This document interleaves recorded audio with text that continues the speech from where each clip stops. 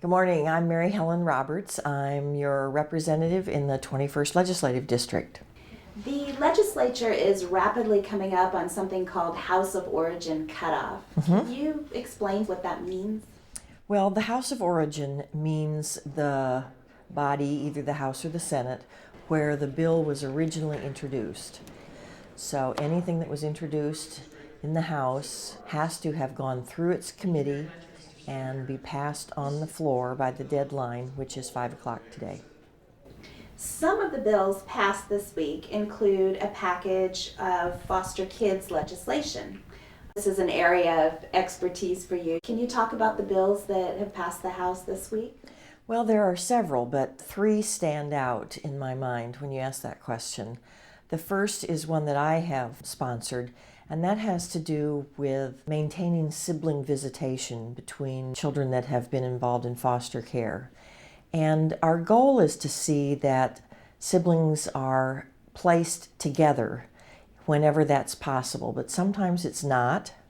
And sometimes one of the children that is placed in foster care may eventually be adopted. And we've learned from youth in foster care that that sometimes ends their connection with their brother or their sister. And so we are amending the Open Adoption Act to say that any child who is adopted out of a dependency, which means out of a situation where they are pretty much in the custody of the state in the foster care system, that the new parents will know about the sibling, be advised about the nature of the relationship, and also be advised that maintaining this relationship can be very positive for both of the children. We all seek family connections, and when we place a child in foster care, they lose that family connection too often. And so this is a way to try and maintain that. The new parents still, control the life of that child just like they would as their own child. But it does make judges and social workers and adopting families more aware of how important it is to keep kids connected. It's not a mandate to the parents that are doing the adoption, but it is a mandate that the adoption process address the issue.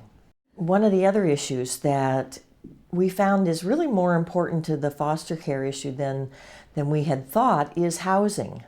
And I think we should all be aware that most often a foster care situation, a child protective services intervention takes place where families are under certain kinds of stress, whether it's economic or social, emotional, sometimes drugs and alcohol are involved. But occasionally, and it's not a strict policy, but occasionally kids are put in foster care because their families are homeless. And it's not really because of the homelessness so much as it is because the child's well-being is at risk. Particularly very young children just don't do well in that kind of situation.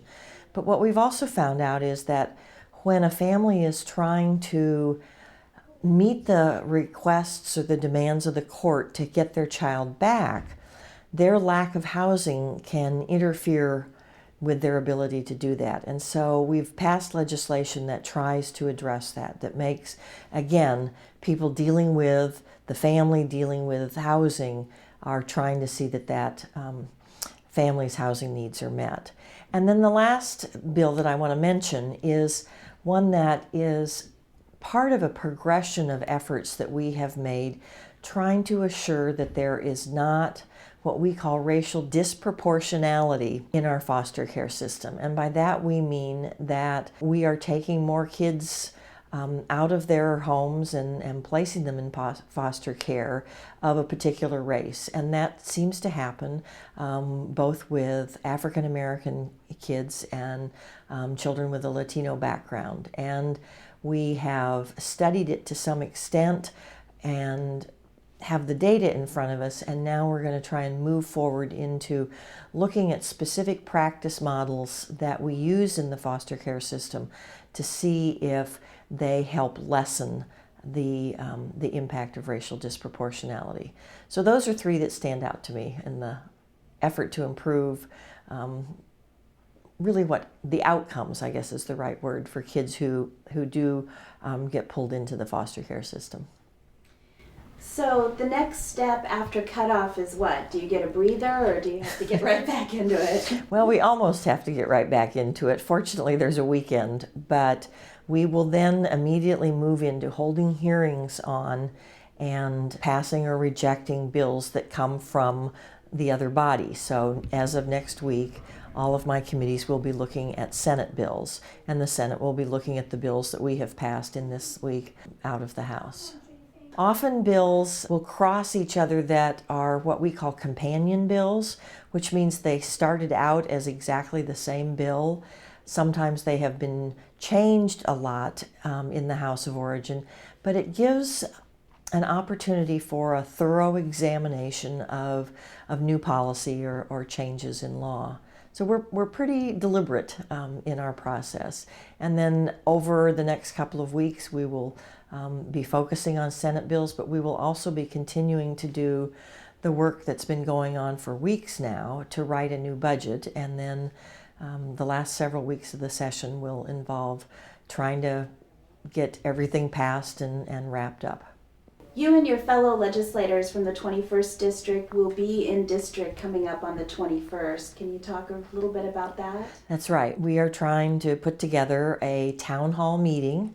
It will be on Saturday, March 21st, starting at 10 a.m., and it's going to be at Serene Lake Elementary School.